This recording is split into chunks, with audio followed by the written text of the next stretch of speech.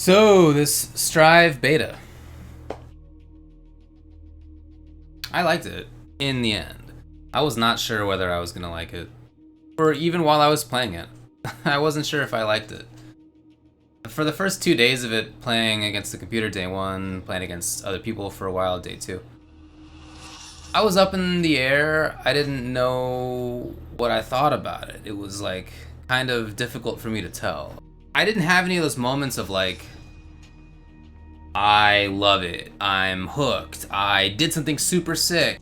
I didn't have any of those, and that's kind of what I look for. I mean, it's certainly a beautiful game, no doubt about that. I don't have much experience with Guilty Gear, so for me, there's no disappointment with how it is. It's just a new experience. I haven't played since XX, early XX even. And so, you know, my experience is more just coming at it from general fighting games player perspective. Yeah, the first couple of days I didn't have those like moments of, wow, this is sick, or I did something rad, or wow, they did something that actually is super smart. I just didn't really feel that, and today I did. Today, on the last day of it, I only played it for about an hour. I woke up, I played it until it closed, and I did. I mean, I felt like I had some moments that were cool and exciting. I felt like they were actually fun and good, and there was some stuff that I did that I was like, wow, this was so sick. And there were a couple things that the opponents did where I was like, that was actually pretty smart. And that's what I want. I want that feeling. So today I felt like I did. Again, I'm not a Guilty Gear player, so I just can't talk about like what the changes are, how it feels. I don't know the answer. And if people are looking for a particular thing out of Guilty Gear, if Guilty Gear means something to them and now what that meaning is has been changed, I get being disappointed. I get it. I also think that as somebody who is probably primarily more of a Street Fighter and NRS game player, those are the two like, series or whatever developers that I play for the most part, I'm accustomed to games changing really radically. I'm accustomed to big changes between games. Super Turbo to Third Strike, very different.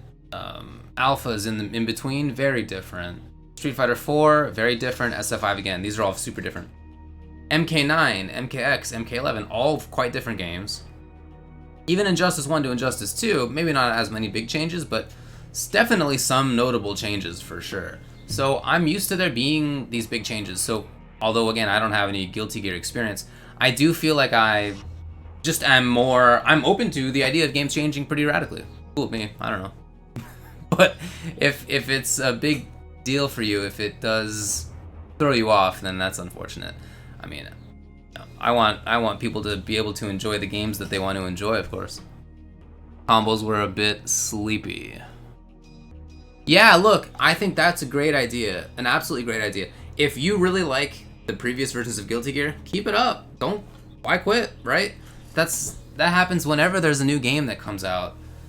People feel like they need to quit whatever the previous version was, and then they try to play a game that they don't like. I don't know, that always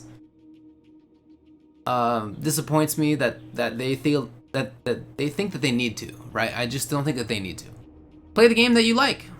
And if it's a game that is old, who cares? I mean, if you have people to play it with, do it. I still play Third Strike every now and then. There's still plenty of people playing Super Turbo. Some people are playing MK9 again. Some people are picking up MKX again. Why not? Injustice 1 even has a resurgence for whatever reason. So yeah, man. Play the games that you like. So I just don't have a position on, is it changed too much? Is Guilty Gear Xrd to Strive changed too much? I don't know. I remember people who I know who were big Guilty Gear heads. When Xrd first came out, I remember many of them being a little sour on it. And I don't know why they ended up not being sour. I don't know if the game changed or if they got used to it. I didn't pay attention. But I do remember them thinking that the game was not great. Yeah, but that's how it is in general when a new game comes out that makes substantial changes. It's always the case. It's always literally every case that I can think of where a new fighting game comes out. This probably happens in non-fighting games too, but my experience is fighting games. Whenever a new one comes out and it's different, always there are people who say that it's not as good. They have criticisms about it, and it's okay. I mean, I don't think that's a wrong thing to do, but I do think it's, as far as I know, categorically true that when a new game comes out and it's pretty different than how it was in the previous version of the series, there are always people who think, like, wow, this sucks. Well, I think there's a lot about it that's counterintuitive. Whoopi Goldberst, one of my favorite FGC names. I think there's a lot that's counterintuitive and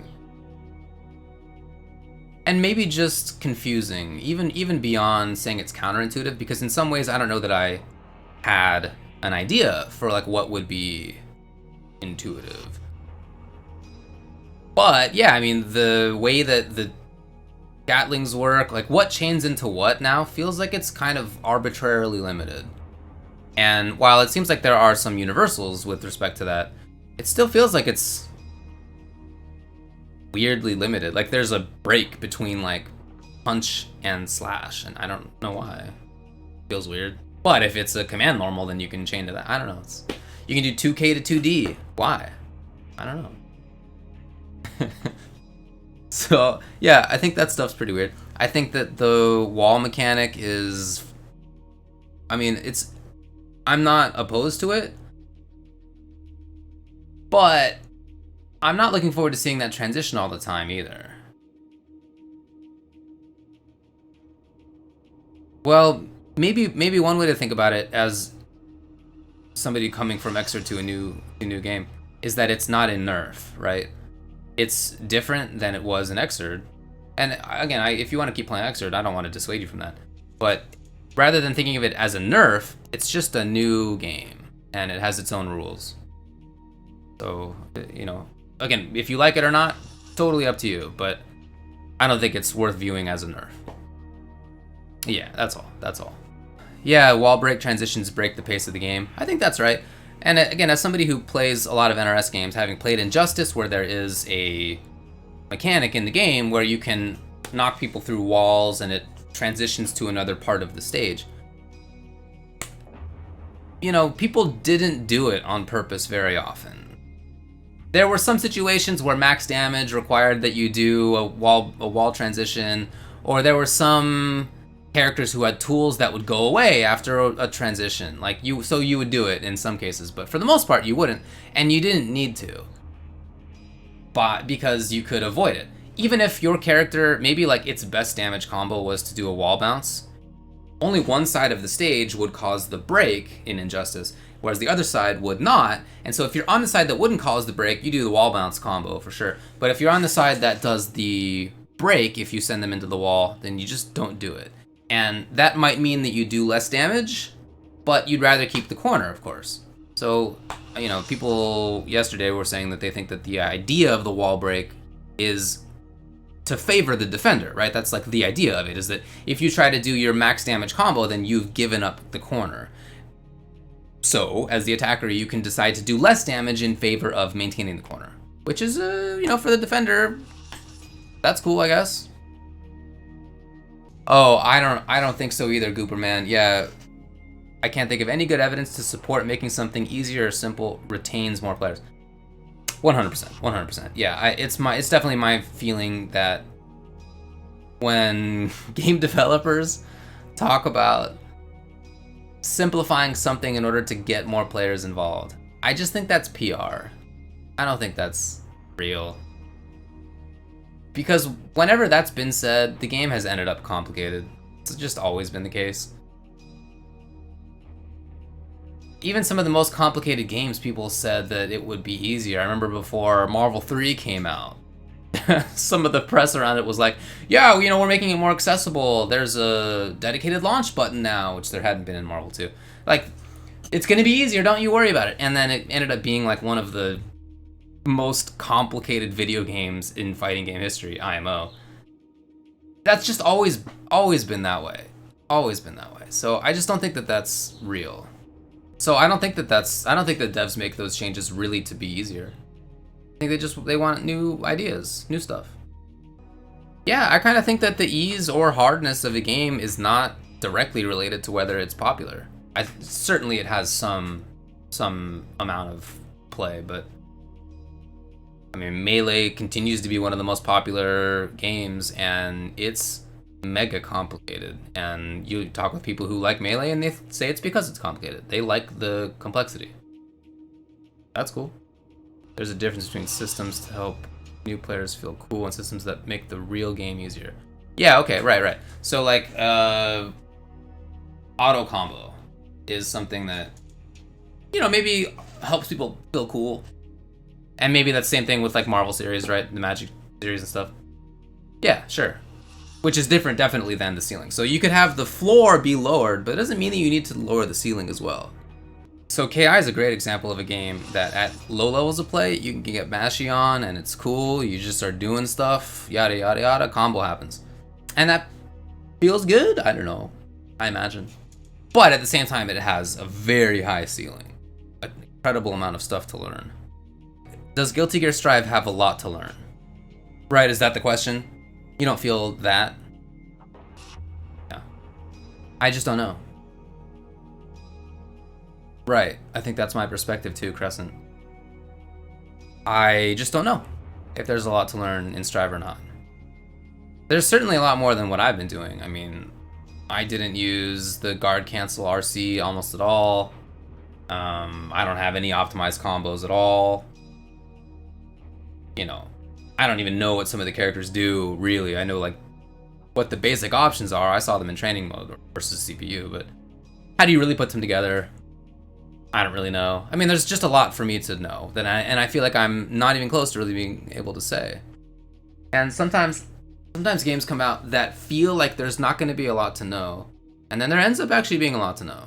Like, I feel that right now, the two games that I play the most right now, I think are like that. When SF5 and MK11 both came out, quite a few people were saying like, wow, these are really simplified versions of these games compared to previous versions of, you know, SF4 and MKX. These feel like really simplified versions of the games. Now, I think that's not right. I think SF5 is pretty complicated, and I think that MK11 is getting there. Because a lot of it is, I mean, maybe not exactly player developed, but certainly players uncover maybe what the devs intended. It takes a while. It's just not fast. So even if a game doesn't have a lot of system mechanics, there's still a lot of stuff to find, usually. Is that the case for Strive? I don't know, but I just think that in general, when I've come across games that feel simple, they end up not being simple. I thought Dragon Ball FighterZ seemed super, super simple at the start. That's why I dropped it, basically. But now when I watch it, the players who kept playing have found a lot more interesting stuff. I mean, the game has changed too, right? There's other things that are going on. But now I watch it and I'm like, oh, this is actually not my favorite game still, but like, okay, you know, interesting. You got stuff going on here. I like that. Yeah, BB Tag is a good example too of a game that when it first came out, again, you know, right? The devs are like, oh, it'll be simplified, and you see it and there's only so many system mechanics, and certainly less than the games that the characters come from. But that game is super, super complicated. BB Tag is a complicated game. The fact that everything, or almost everything, is air blockable meant to me that, like, I started playing it, I think other people did too, like Marvel. I was doing chicken blocking. I was just holding up back on wake up rather than down back. Is that what you do typically in Guilty Gear? I don't think so, right? Yeah, right. But in this game, it seems like you can chicken block and you're okay. So it felt to me like by the end, by today when I played for the last hour of the beta, we were very airborne. Even me, I was playing Potemkin and I was like jumping constantly because I could block, right? So why not? And I don't know how that changes how Guilty Gear plays, because I didn't know how the previous one played. But that does seem different to me. They may bring down damage, yeah. Not handled, I could see that. Damage is pretty nuts. Pretty nuts. But I also kind of, so to talk about this, feeling like it's a more chicken blocky airborne game. It sounds so weird to say about an air dashing game or series, right? But you can block constantly in the air, so I feel like we're just in the air all the time. So Potemkin Buster doing as much damage as it does and requiring the opponent to be on the ground might not be so bad, because it might be rare. I guess I don't, maybe you guys can explain to me, but I don't really understand why a game with full air blocking would be less airborne than a game where it costs meter to air block. Air dashing seems slower, of course, but air gatlings and options are fewer. It may be less effective. Less able to turn it into offense, maybe. But if that's where the game is played by jumping, then maybe they thought having the same kind of air mobility as before would be too strong? I don't know. Less decisions to make equals easier for newer players. I'm not sure I can say that categorically. I mean, characters in this game were doing, I saw 90%, I saw 100% jam combo versus Chipp. Mei combo versus Chipp. And I mean, Potemkin just was doing 60% damage. It's like not even a big deal for him. Other characters, I got hit by like a 70% damage combo as Potemkin. So the wrong decision in a game with that kind of damage is not easy. Not easy. Right? I mean, if the consequence of making one wrong choice is that you have lost the round, which is possible, it seems, in this game, it's not going to be easy for newcomers. Again, I don't really think that they're making this game for newcomers. I think that's more marketing, but I thought. And of course, they might change the damage anyway. You know, this game is not finished. It's not going to be out until late 2020, which is, you know, half a year plus away. So don't expect, the characters won't be the same. I mean, they're tweaking the options, they're tweaking the damage, I'm sure. But yeah, I don't think you can say, I agree with Crescent here. I don't think that you can say that the ceiling is lowered. It might end up being that way. I don't want to like stake a position here. I just also think that there's really no way to know if the ceiling will be high or not. Because that's how it has been in the past when options are less. That doesn't make a game, doesn't necessarily make a game less deep.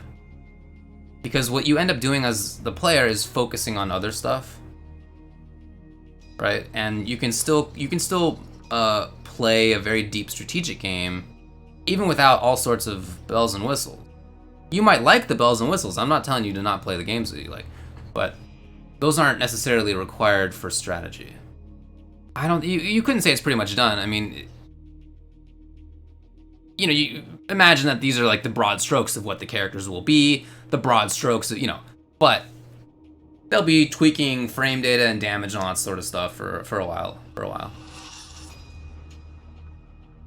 Are they going to give a character like a new move at this point? Maybe not, but they're going to still change stuff. So we'll see. All that I think I can say right now is that with my level of experience with Guilty Gear, which is very little, I enjoyed Guilty Gear Strive's beta on the final day. That's it.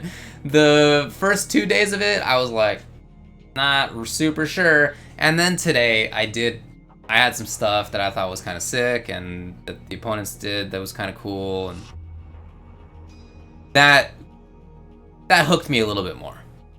And also, Potemkin is very easy. So he was very easy for me to play to get into the game at an introductory level. I don't think I can say that he's going to be good. I can't say he's not going to be good. You know, again, they're going to change stuff, but on top of that, I don't know enough about the game or the character's options that I play against to say like who I think is strong or not. But Potemkin's easy. Easy character at introductory level. Probably not going to be easy at higher level. But at lower level, which is all that anybody was doing in Strive, that I came across anyway, was it was easy. I mean, I armored through stuff. I got hit more than the opponent hit me, but it didn't matter. Because I did incredible damage. Like, he was an easy character to play. They killed him? What do you mean they killed Potemkin? Potemkin is gonna get oppressed at high levels, especially with nerfed defensive options. Yeah, maybe. I don't know. Really? Even Shine's not gonna play pot? Wow. Okay.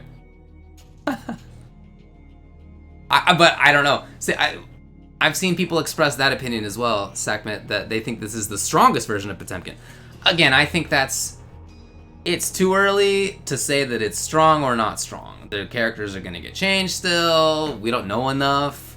I know I don't know enough. I think nobody knows enough, but I'm sure I don't know enough to say who's strong or not.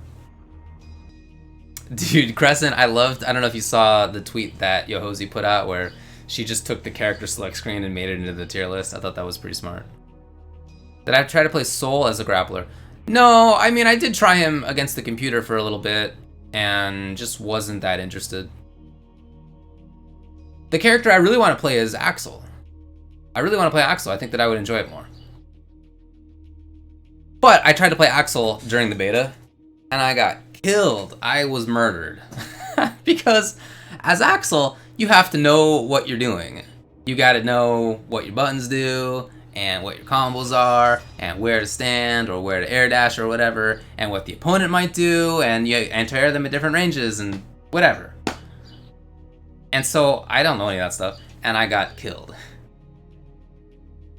So I went back to Potemkin, and I won most of my matches again, because I'm just armoring through stuff, and I have these big buttons, and 6H alone does probably 30% damage. Like, it's just easy at low level. Okay, yeah, we got another vote for Pot seems better in Strive. Again, I don't know.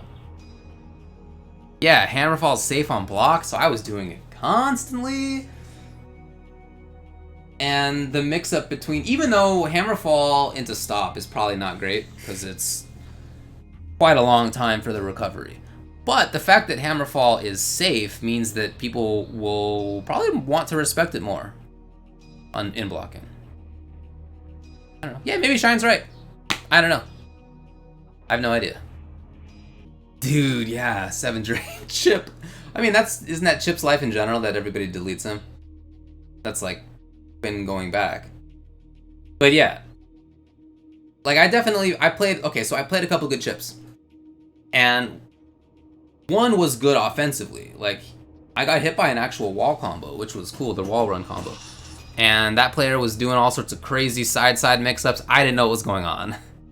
I honestly just got hit by 1,000 things. I think I got command grab maybe once. Anyway, I won because all I did was just hit him out of the air a couple of times and I landed a pot buster. And then I also played against a Chipp who was zoning me out. He was doing the jump back into a little shuriken, little whatever it's called. The thing that was the secret move in XX. He was just zoning me out with that and air dashing away and using Chipp's mobility to just get to the other side of the screen, just like running away. Anyway, I won because all I did was guess a couple of times. I think I guessed on one like Heavenly Potemkin Buster and one Pot Buster, and I think that actually might have been it. Like it was, I mean, again, no, we're not playing at a high level here, but like this character is very simple, very easy to play. And I wasn't even doing like, afterward I was like, man, I should have done some of the guard impact. Kara cancel guard impact seems like it's really good. And I didn't even, like, you can use it in block strings, I just didn't even think about it until afterward. So there's obviously a lot to be explored with the character that, for me at least, I didn't explore like almost at all. I don't think you could say Chipp is completely useless either. Again, it's just, there's so much to be explored and so much to know. Alright. I just gotta fucking hit him.